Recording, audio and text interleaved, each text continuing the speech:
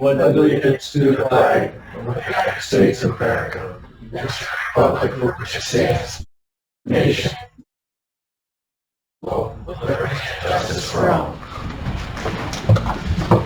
How are you? Thank you for the had a chance to read the minutes. I make a motion, we move the minutes. Second. Have a first and second. Any discussion? All in favor? Aye. Aye. Thank you. First up, we'll have a resolution fixing time and place for an organizational meeting, which will be on Monday, January 6th at 2 p.m. in the chambers.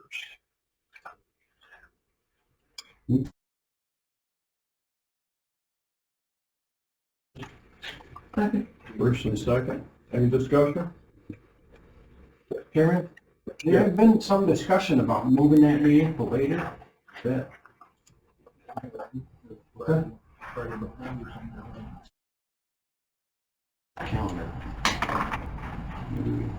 Later in the day or later in the month? Different date. Well, I know I talked with the clerk about a couple different things. Either. Should I go get her? Am I go get Betsy?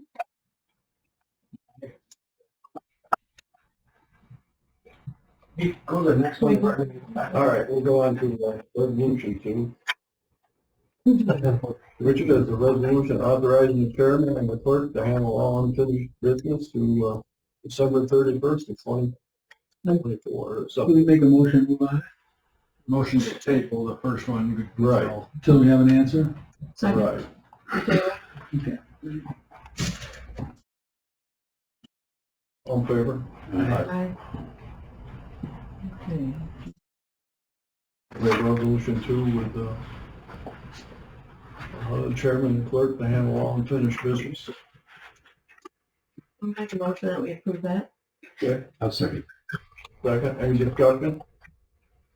All in favor? Aye. GC3 is a resolution appointing the commissioners of elections from the county of Oswego. Station on 50, and that will be Fleming to be appointed at the term of January 1st, 2025.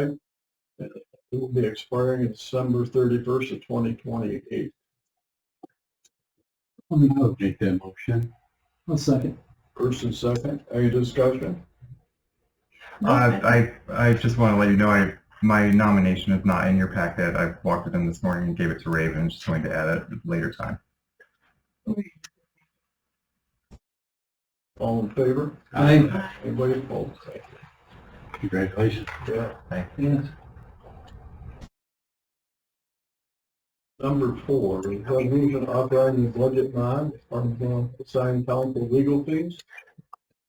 Oswego County received the third quarter reimbursement resulting in available funds of $118,838.10. And then from the New York State Aid Defense, we got an additional $13,048. Totals $131,886. Yes. So I believe I've spoken before, whenever the state raised the rate, ILS reimburses us for a certain portion, and then we have to make a claim to the state for the remaining amount of money. It's quarterly reimbursements. This is the third quarter reimbursement that we received from the state for the repos. So we're just trying to move that to the line with public repos.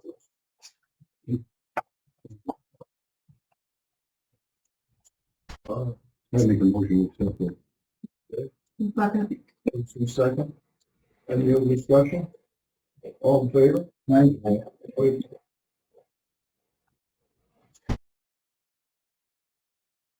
And resolution number 5, is a resolution authorizing the budget bond for the county attorney's office to pay the fees, which he needs for 7,000 a year to the amount of $15,000. Transferring the money within his own budget. Right. I'll make a motion. Okay, Second. Second. first and second. Any other discussion? All in favor? Aye. BC6, a resolution approving execution of 2 tax agreements under RPTL 487 regarding the solar installation in the town of Hastings. Maui South PB1 LLC and Maui South PB2 LLC 406410 on US Legal Line in the town of Hastings.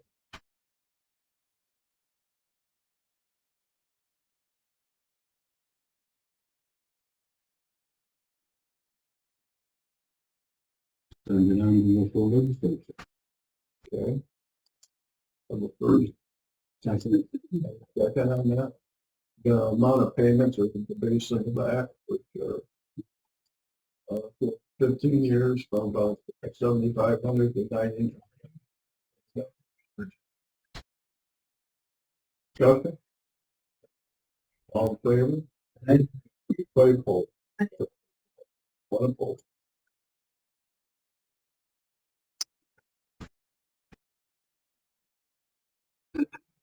This is one where they bought their own land, right? They bought this land? Correct, yes, they actually purchased the land.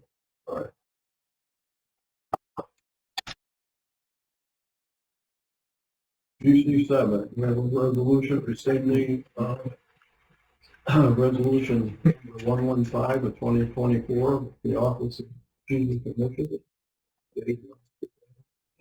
Yeah, thank you, Mr. Chairman. A couple of reasons here. Number one, when we first did this, on the same day, we did a resolution for increasing the budget for broadband. And back in when we did a year-end reconciliation, there wasn't actually another $1 million left for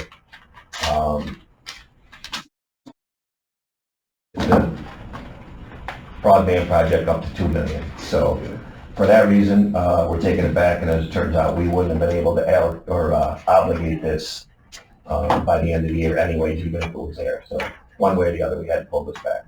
Okay. We're still obligated to that project because it happened 5 years ago, and we signed a memorandum of understanding pre-COVID. So we'll have to figure that out going forward, but this isn't a use for ARPA money. Okay.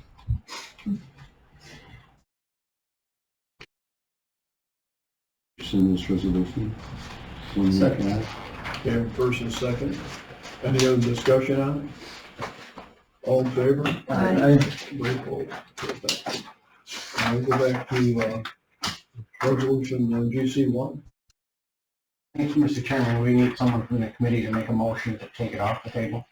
Okay. I'll make that motion, we'll take it off the table. Okay. Second motion. Have a second. Oh, any other discussion? Yeah, there have been a number of discussions that we've had about, with committee approval, obviously, to move it to the 7th, December 7th at 2 p.m. Okay. Vote to take it off the table first. Okay, can we have a vote to take it off the table? First and second. Yeah, that? Yeah. All in favor to take it off the table. All Aye. in favor? Aye. Okay, now we'll go back and move the date to October 7th. No, December 7th. January. January. I would make a motion that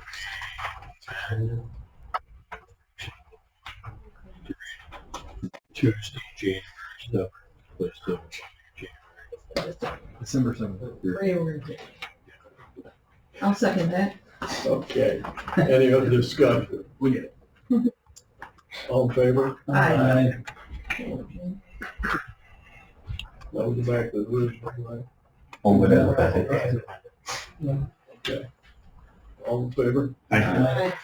Opposed? Thank you. Thank you.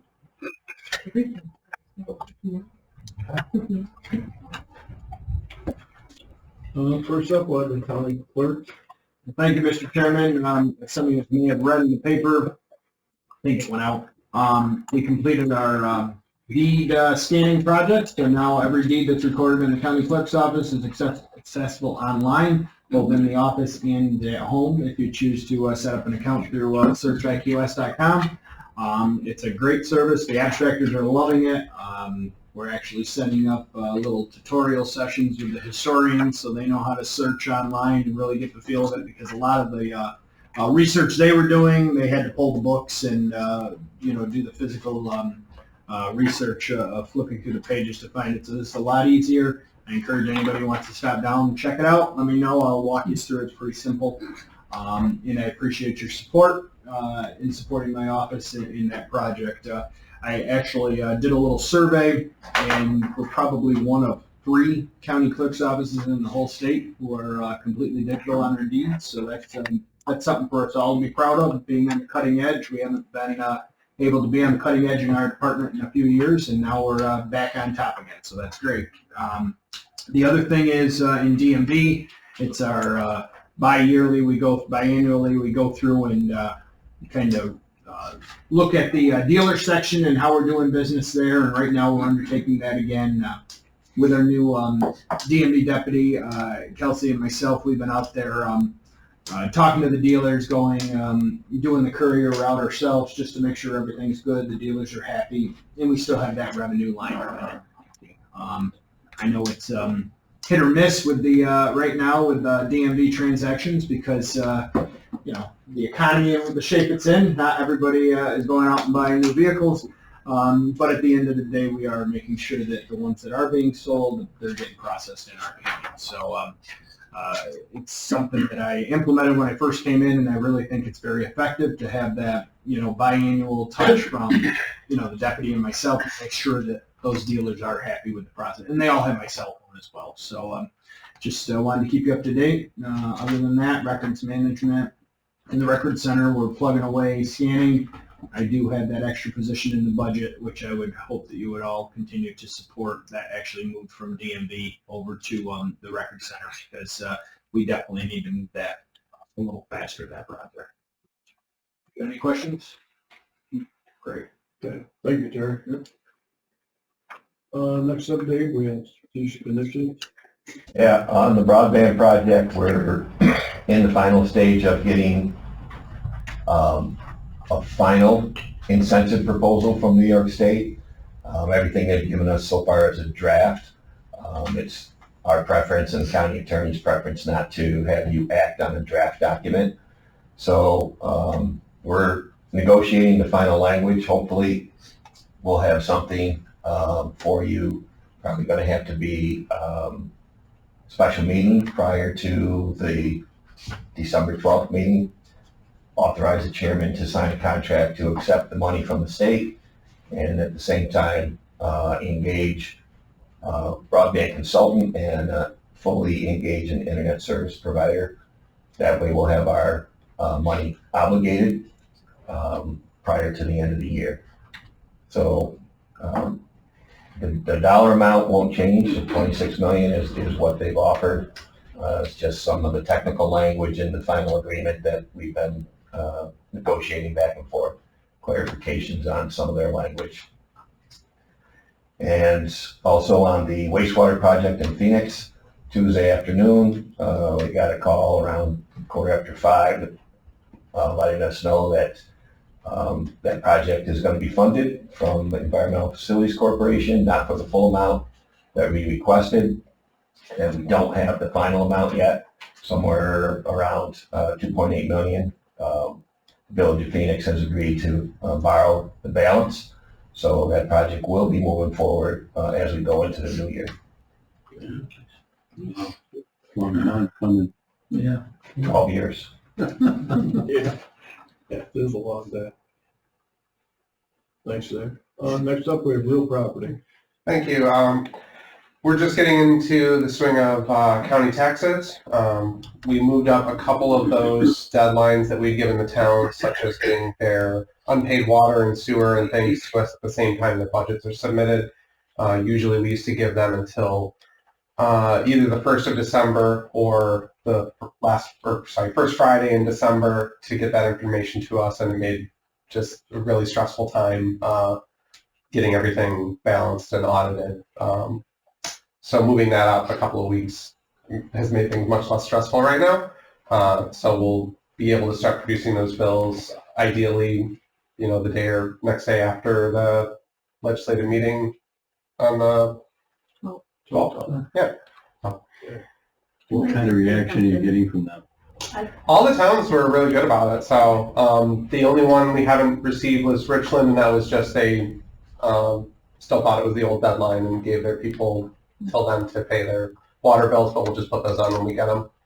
We technically still have until the 12th to get everything all in and balanced, but it's just trying to do it all right after the budget gets passed is quite difficult. So the more we can get done earlier, I know Veronica appreciates it. Yeah, no, I will say that all of the town budgets did come in with the exception of Williston and Minetto. So before I even left for Thanksgiving break, all of the towns had their abstract and have actually received 5 back. So we're way ahead of the game thanks to the new changes. I appreciate them. Have any other questions? Thank you. Thank you. Next up, we have the public defender. Nothing significant, nothing new to report at this point. As acting PD, I walked into a budget. I didn't really have anything to do with it, so just trying to get that sorted out, working with Phil and administration to get that set, and going forward, we are still looking for one full-time position, but other than that, we are pretty close to being fully staffed. So, Good, thank you. Yes. Brad, just as a follow-up to one thing, your predecessor warned that we may be bumping up against ILS caps, for caseload caps. And may not be able to complete the year out. Are you running into that, or are you all set for the rest of the year? we should be all set for the rest of the year. Okay, not worry about it. All right, Yeah. thank you. Okay, thanks. Anybody have any other questions? Okay, thank you. They were acting as if they were going to be a little lenient on that anyway. So Yeah, I think, is that what's happened? They being a little lenient on ILS, or we're just not having that caseload? They are being lenient. We probably won't give them the final numbers until January. So at that point, there's really nothing for them to do. Okay.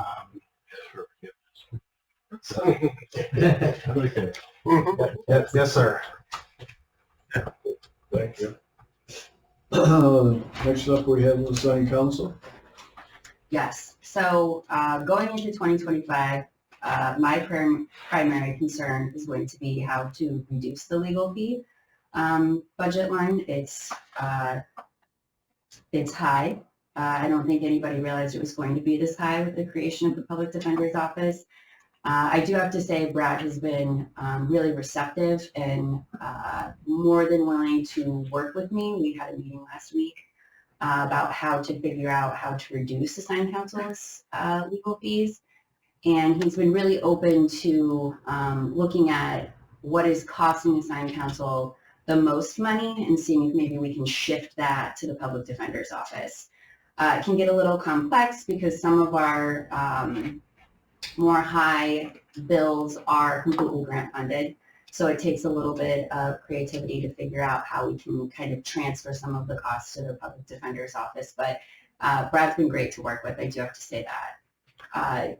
Regarding the case caps that we had just discussed, assigned counsel attorneys are also held to the case caps. So it's a little difficult to figure out how the assigned counsel attorneys, what their caseload cap is, because they're technically independent contractors. But my office has been great. We're trying to really narrow down what their caseload cap technically is. Right now, all of our attorneys are over the caseload cap, which ILS does not like, but I think Brad's nearing that too, and we had a very frank I had a very frank conversation with them about how we're supposed to work within the case caps if all of our attorneys are maxed out. And I think that they're going to be, I don't want to say lenient, but I think a little bit more understanding than what we initially were told. So. Is most of your caseload still family court? We still carry quite a bit criminal court. The most expensive criminal court cases are those county court trials. And those, most of them are because the public defender conflicted out of the cases. So, you know, we've got a voucher waiting in the eaves, ready to be paid for $50,000, which that's difficult to kind of swallow for one case. But we're keeping a close eye on them. Any case bill that comes in that's over $10,000 is immediately referred to a committee that looks at it. I'm involved in those conversations. We send it to the judge. The judge is also involved in the conversation. So, you know, it's not a blank check. We're not just paying bills without kind of really giving them a close look at them. Is the conflicting cases a significant percentage? Not at this point, no. We do still carry town and village courts primarily. The public defender's office is picking up town and village court cases should they already have that individual in another court. So I think that's probably going to be part of the conversation moving into 2025 about how we can kind of shift those to the public defender office. Well, if I could add, one of the things that the public defender's office is bumping up against as far as that, the judges, they have done things the way they have done things forever, and they don't like change. So they're very resistant. They have, usually each court has anywhere from 1 to 3 attorneys from the assigned counsel program who have always been their go-to, assigned cases to, and they do not, the courts don't want to relinquish that to us. So that's one of the things that Rachel and I are working on. Yes, that's very true. Very true. I field phone calls from judges often who say, I only have one assigned counsel attorney, can you get me another one? And my response at this point is you need to call the public defender's office. Interesting, thank you. Anybody else have any other questions? Yeah, how many court cases are you going to county trial? We're seeing this year specifically, we're seeing a high increase. I want to say we paid at least 10 or 12 trials, which is, that's uncommon. Typically in a year, we'll have maybe 5 high county court trial bills to pay. And this year we're seeing a big increase. It's hard to pinpoint exactly why. I don't know if it's because we're seeing a increase in high level crimes. There's definitely an increase in crimes, but I know the majority of them are buying their own attorneys. That's why I was wondering if you're getting, at least for OPD, they're buying their own attorneys. Well, something that the state did maybe 2 years ago is they increased the threshold. So I think anybody under, I want to say $55,000 qualifies for an assigned attorney. And previously it was around $25,000 to $30,000. So it's really quite a lot of people actually qualify for assigned counsel, whereas previously they didn't. So it's also something that we're bumping up against. Anybody else have any other thing? Thank you. Next up, we have the Board of Elections. Well, it's been a pretty quiet couple months. So we had a good election. It was very high turnout, about 70% voter turnout. About 4,500 people voted by mail. Roughly, I think 7,000 people voted early voting. And everybody else showed up on election day. And everyone has now conceded. The staff worked really hard. Yes, we avoided that hand count. Avoided the hand count. They got up early and stayed late and to get everything done just in case so that we could make sure we had all of our ducks in a row. But everything wrapped up nicely. We were able to certify last week, about a full week ahead of schedule. So now we're in the middle of cleanup and getting ready for next year. digging out. Okay, thank you. Anybody else have any questions? Staffing wise, are you fully staffed? Okay. At the moment, yeah. Currently, but we're gonna have vacancies on the first, certainly, and then probably shortly thereafter Right. on your side. Yeah, one So on we'll each have 2 vacancies in January, 1 will be immediate. Thank you. Kevin, do you have anything? Good. Okay. If not, we're looking for a full motion. Second. Second, any discussion? All in favor? Yeah. Thank you.